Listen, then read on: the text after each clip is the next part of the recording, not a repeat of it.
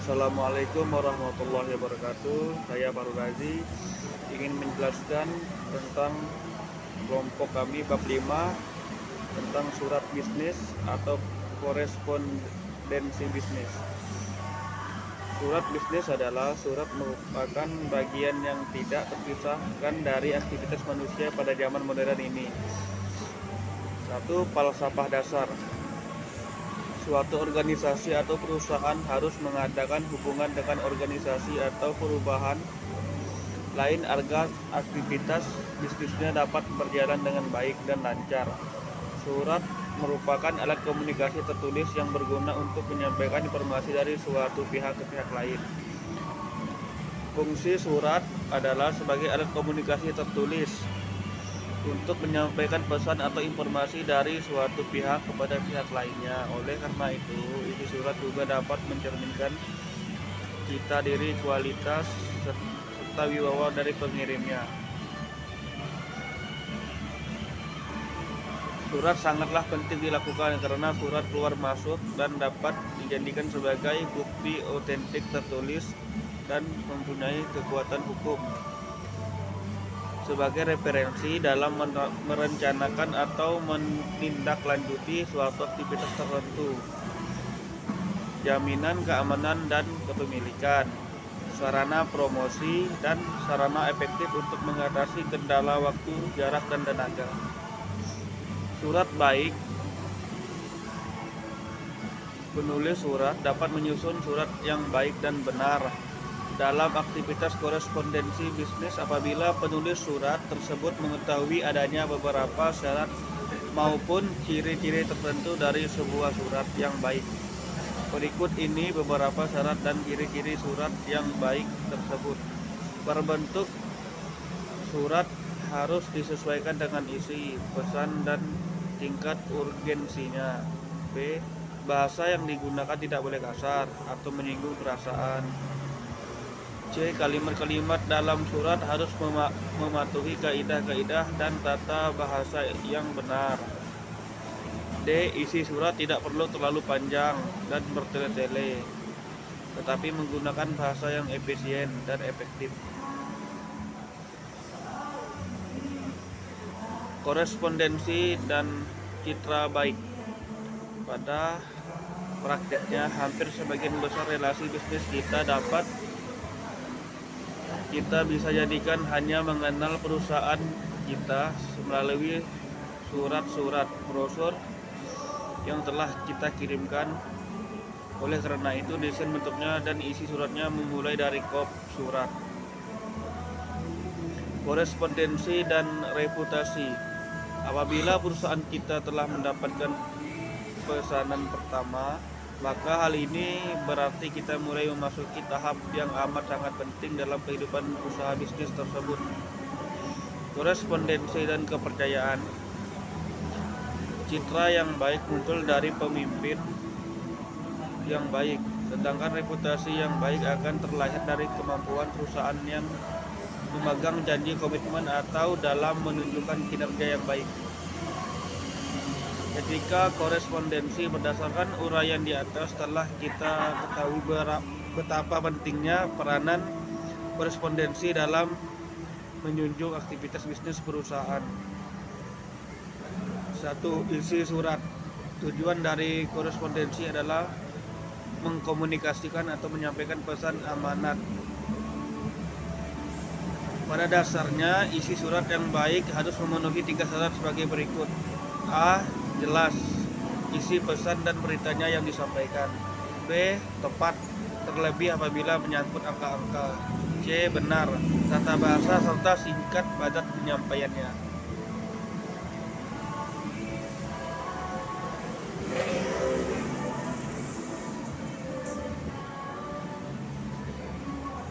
Tiga, tulis dan ketik yang rapi. Ketikan atau tulisan yang rapi akan memberikan kesan bahwa penulis surat itu atau orang yang menandatangani itu adalah seorang yang teliti.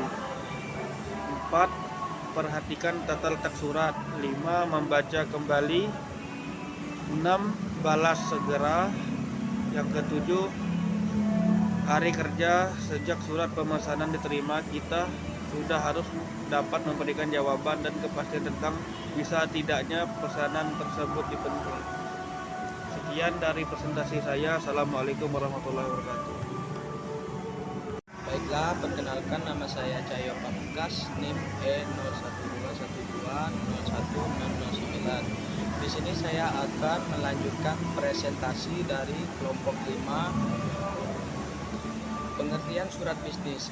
Secara umum, definisi dan pengertian surat bisnis adalah surat yang digunakan oleh seorang lembaga, organisasi, atau institusi yang menyampaikan pesan-pesan bisnis secara tertulis kepada pihak lain dengan menggunakan media tertentu, baik itu berupa pengiriman surat via pos, faksimail, telepon, ataupun lewat jalur internet. Contoh-contoh surat bisnis sangat beragam jumlahnya. Bisa meliputi surat perkenalan, surat permintaan penawaran, surat penawaran, surat pesanan, surat balasan pesanan, surat konfirmasi pesanan, dan surat pengiriman barang. Prosedur surat bisnis. Hubungan dalam bisnis, baik secara langsung maupun tidak langsung, akan membentuk pola tersendiri. Dalam komunikasi bisnis, sebagai contoh, jika pembeli menerima barang langsung dari penjual dan terdapat kerusakan barang, pembeli dapat mengajukan tuntutan atau klaim langsung kepada penjual. Tetapi jika penyalahan barang melalui perusahaan pengangkutan dan terdapat kerusakan barang, tentunya belum tentu kepada penjual, maka kepada perusahaan ekspedisi maupun kepada perusahaan pemilik gudang. Berikut ini prosedur umum surat bisnis. Yang pertama, penjual memperkenalkan produknya melalui iklan atau surat perkenalan kepada calon pembeli.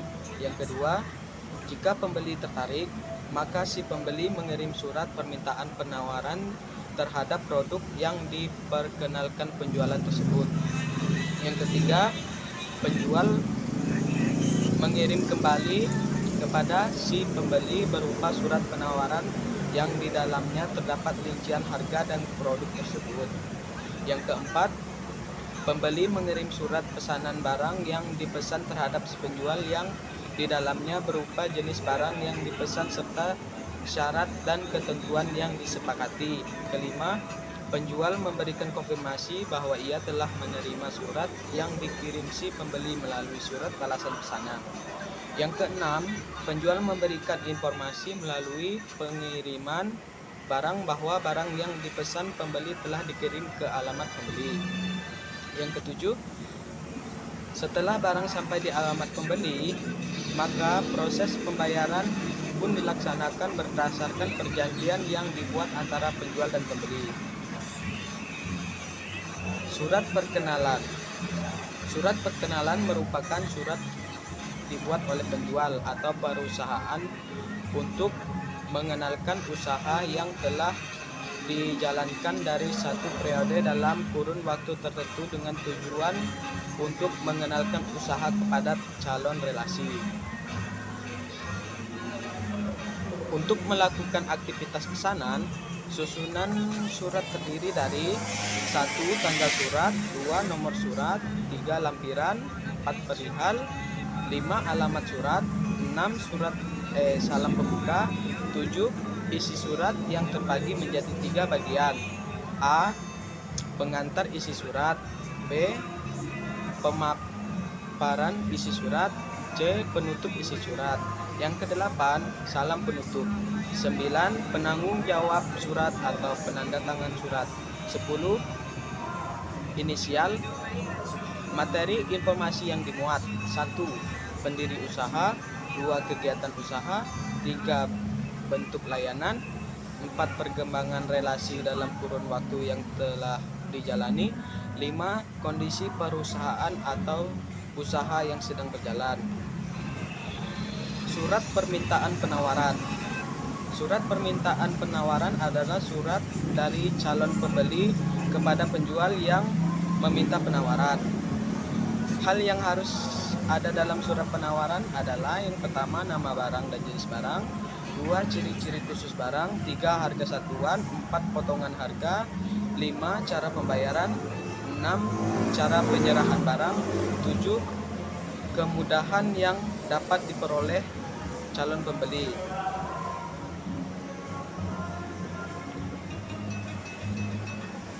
Surat penawaran adalah surat yang ditulis untuk memperhatikan maksud suatu perusahaan untuk menjalani kerjasama kepada perusahaan lainnya.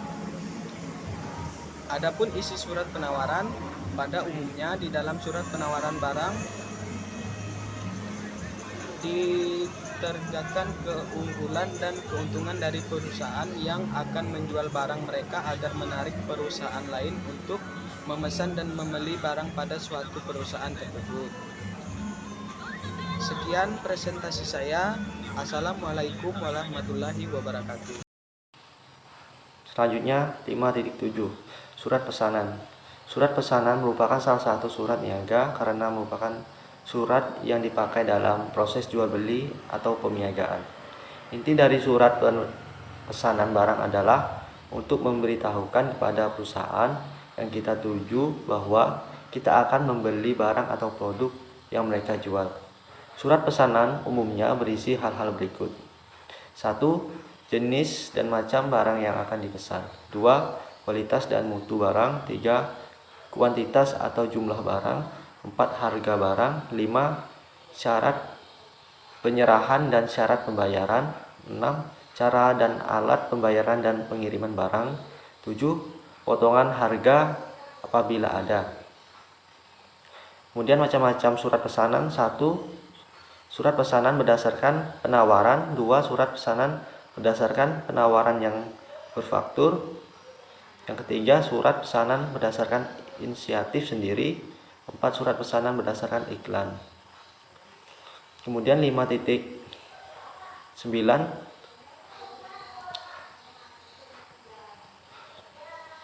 5.8 Surat balasan pesanan. Surat balasan pesanan merupakan surat yang dibalas untuk memberitahukan kepada perusahaan yang kita tuju bahwa kita menerima pesan dan akan melakukan penjualan terhadap barang yang dipesan perusahaan tersebut. Kemudian 5.9 Surat konfirmasi pesan. Surat konfirmasi pesanan merupakan data yang diisi oleh penjual berdasarkan surat pesanan atau via telepon dari pemesan tentang pesanan yang terdiri dari nama, barang, jumlahnya, harga dan syarat jual beli lainnya seperti tempat penyerahan, waktu penyerahan, cara pembayaran. Kemudian surat tersebut dikirimkan kepada pemesanan untuk memperoleh kepastian tentang pesanan serta ketentuan jual beli yang diinginkan penjual seperti yang dicantumkan di dalam surat konfirmasi itu. Jika pesanan itu benar dan persyaratan tambahan dari penjual juga dapat disetujui oleh pemesan, maka pesanan harus membubuhkan tanda tangannya pada surat konfirmasi itu sebagai tanda persetujuan pembelian. Kemudian lembar aslinya harus dikembalikan kepada penjual sebagai bukti otentik pesanan yang fungsinya sama dengan surat pesanan sehingga penjual tidak ragu lagi untuk membuat faktur dan mengirimkan barang kepada pesanan. Kemudian 5.9.1 Surat pengiriman barang, yaitu surat pengiriman barang adalah surat yang dibuat dengan maksud dan tujuan agar pembeli mempunyai persiapan untuk penerimaan barang tersebut karena sangat mungkin apabila barang pesanan tersebut memerlukan tempat penyimpanan atau tempat barang khusus. 5.10 yaitu pesan-pesan bisnis.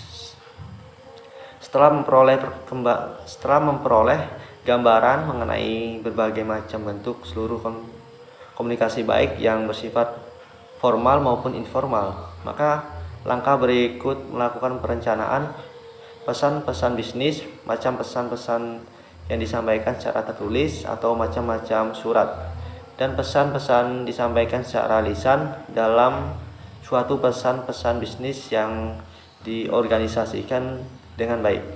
Semua Informasi penting dan maksud tujuan penulisan pesan bisnis dinyatakan secara jelas. Di samping itu, ide-ide juga disajikan secara logis. Organisasi yang baik adalah penting karena hal itu membuat pesan-pesan yang disampaikan menjadi lebih efektif dan memudahkan atau menyederhanakan pekerjaan komunikator. Revisi merupakan langkah terakhir dalam mengembangkan pesan-pesan bisnis secara efektif.